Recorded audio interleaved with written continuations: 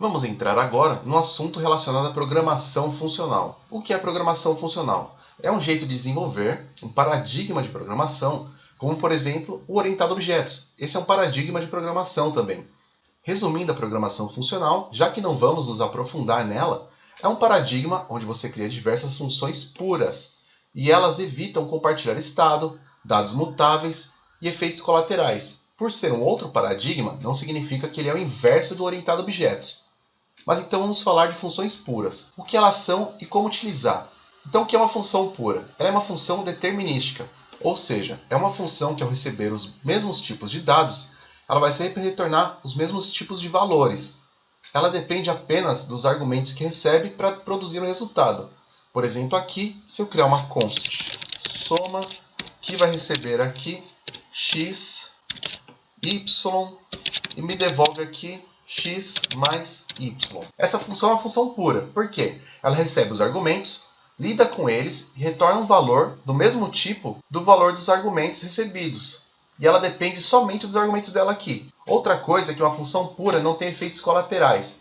Por efeitos colaterais, entenda que ela não muda nada que possa ser percebido pela aplicação inteira. Por exemplo, se tem uma função aqui, altera nome, que recebe aqui novo nome, dessa forma. Deixa eu criar aqui const, aqui, pronto. Se eu tenho essa função aqui e eu tenho uma const nome, uma const não, né? Tem que ser um let. Então let nome, que ele está vazio aqui. Se eu faço isso daqui, nome recebe novo nome. Essa função tem efeitos colaterais, porque essa variável nome está declarada em outro escopo, como escopo global no caso, e ao alterá-la, qualquer outra função que utilize variável nome perceberá essa mudança. Então, apenas dando um exemplo melhor aqui de como fazer uma função pura. Vamos escrever uma função que não seja pura e depois a gente vai converter ela para ser uma função pura. Digamos que você tem uma função que recebe os dados, passa o nome da pessoa para maiúscula e soma um ponto para os pontos dela aqui. Tenho aqui, eu vou comentar primeiro, dessa forma. Então, const usuário, que vai ser aqui um objeto, que o nome é Gabriel, e pontos, eu vou colocar 0, para inicializar de 0 meus pontos aqui. E eu tenho aqui uma função, altera usuário, que recebe aqui um usuário, e com esse usuário, o que eu faço? Usuário.nome recebe usuário.nome.to uppercase, para transformar essa string em maiúscula, usuário.pontos soma 1 aqui no resultado, e eu dou um return de usuário. Se eu chamar aqui então altera usuário, passando o meu usuário, e aqui um console.log em usuário, se eu rodar aqui, eu tenho meu Gabriel maiúsculo e pontos 1. E essa função é uma função impura, tanto por fazer mais de uma ação na função, quanto por ter efeitos colaterais ao alterar um objeto diretamente. Para tornar essa função pura, primeiro devemos separar cada coisa que é feita nessa função. Então aqui eu vou separar isso em duas funções. Eu posso comentar aqui só para deixar registrado. Posso apagar aqui as invocações e o console log. O que eu vou fazer? Primeira coisa que eu preciso fazer é que o meu nome seja convertido para maiúsculo. Então eu vou criar aqui const nome maiúsculo,